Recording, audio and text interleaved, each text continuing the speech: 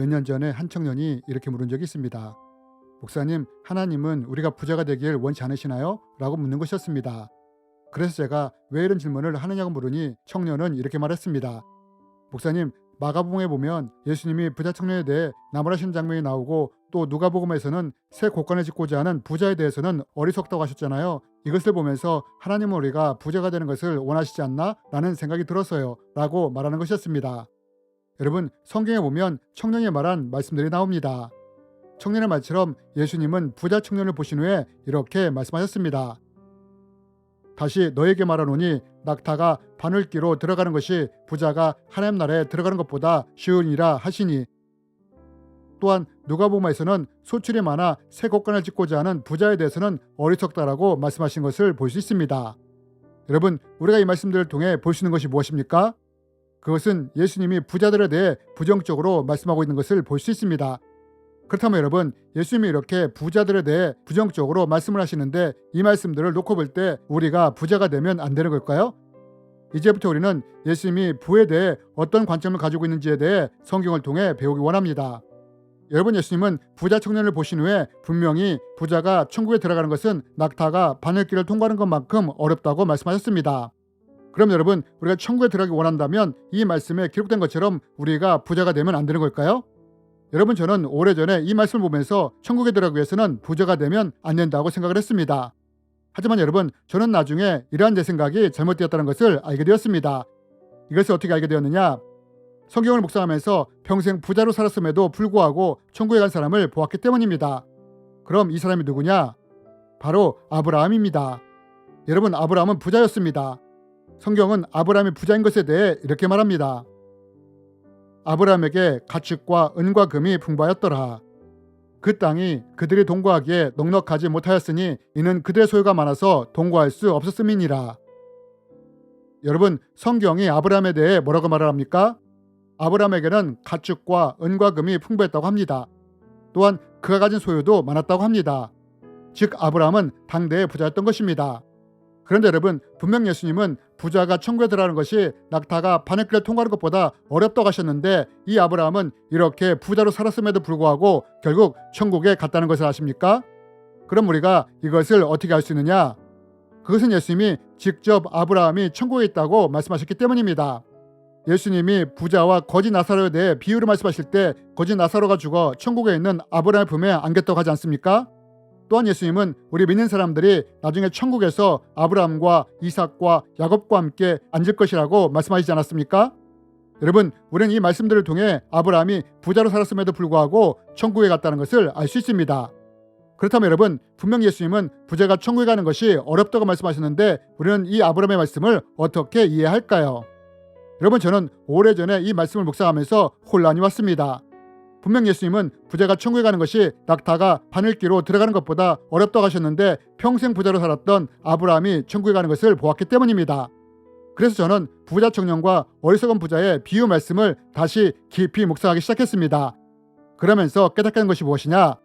그것은 하나님이 부에 대해 어떤 관점을 가지고 계신지를 알게 되었다는 것입니다. 그러면 여러분, 제가 부자 청년에 대해 묵상을 하다가 깨달은 것이 무엇이냐? 그것은 예수님이 청년이 부자라서 단지 천국에 들어갈 수 없다고 말씀하신 것이 아니라 청년의 중심이 하나님이 아니라 재물과 부에 있었기 때문이라는 것입니다. 그래서 예수님이 이것을 하셨기에 청년에게 재물을 팔아 가난한 사람들에게 나눠주고 예수님을 따르라고 하신 것입니다. 즉 재물을 내려놓고 그 자리를 하나님으로 채우라고 말씀하신 것입니다. 하지만 청년은 근심을 하다가 하나님이 아니라 재물을 선택하여 예수님을 떠난 것입니다. 이래서 예수님이 이런 부자를 보며 천국에 가는 것이 낙타가 바늘귀로 들어가는 것보다 어렵다고 말씀하신 것입니다. 그럼 왜 새 곳간을 짓는 부자에 대해서는 예수님이 어리석다고 하셨느냐? 그 이유는 예수님이 이 부자가 어떤 목적으로 곳간을 짓는지를 아셨기 때문입니다. 성경은 이때 부자의 마음이 어땠는지를 이렇게 말합니다. 또 내가 내 영혼에게 이르되 영혼아 열에 쓸 물건을 많이 쌓아두었으니 평안히 쉬고 먹고 마시고 즐거워하자 하리라 하되. 여러분, 부자가 새 곳간을 짓고 거기에 자기 부를 쌓아놓고 어떻게 하자고 말했다고 합니까?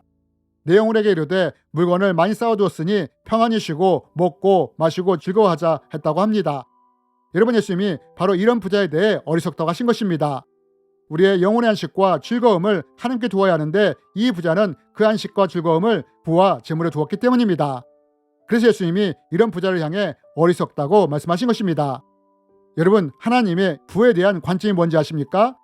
그리고 우리 믿는 자들이 갖기 원하는 부의 관점이 무엇인지 아십니까? 그것은 하나님이 우리가 부자가 되는 것을 반대하는 것이 아니라 그 부나 재물이 하나님보다 앞서는 것을 원하시지 않는다는 것입니다. 또한 내 영혼의 안식과 평안을 세상의 재물이나 부에 두는 것이 아니라 하나님께 두기를 원하신다는 것입니다. 여러분, 부자 청년이나 어리석은 부자가 이러지 못했기에 예수님은 이런 부자들을 책망하신 것입니다. 그렇다면 여러분, 우리가 가져야 할 부와 재물에 대한 관점은 무엇이냐? 우리는 이것을 아브라함과 요셉의 삶을 통해 배울 수 있습니다.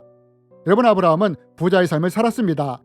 그럼에도 불구하고 아브라함은 천국에 가서 지금도 영생의 삶을 누리고 있습니다. 그러면 아브라함은 어떻게 해서 이럴 수 있었느냐? 그는 비록 부자였지만 그 중심이 부와 재물에 있었던 것이 아니라 하나님께 있었기 때문입니다.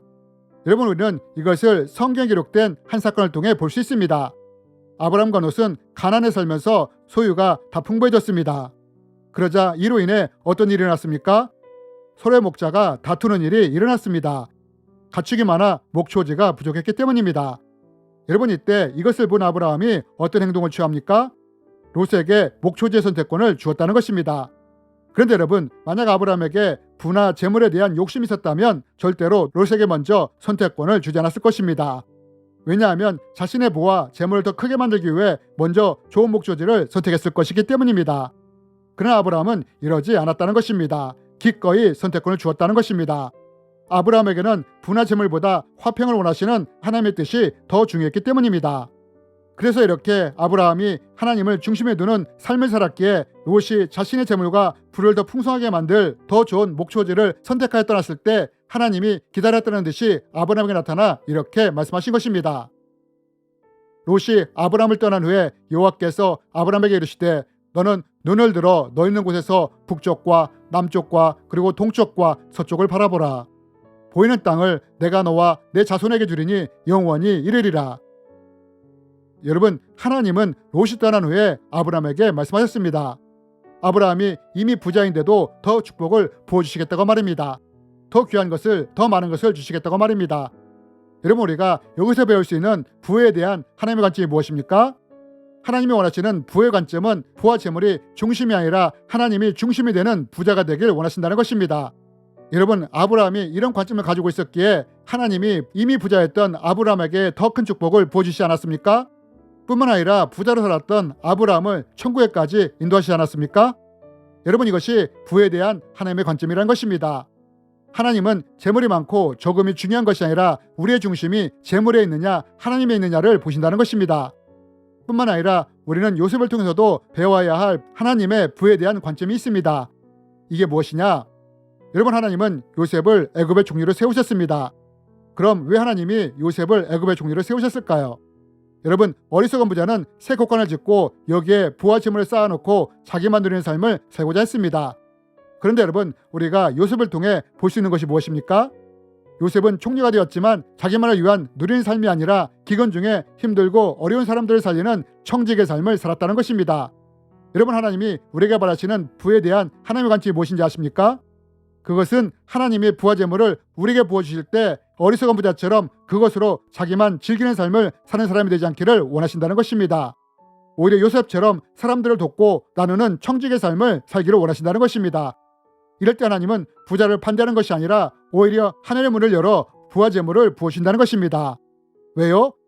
왜냐하면 이렇게 부어줄 때 이 사람이 자신만을 위해 사는 삶이 아니라 하나님을 기억함으로 그것을 이웃을 위해, 복음을 위해, 선교를 위해 풀고 베푸는 청직의 삶을 살아갈 것을 아시기 때문입니다.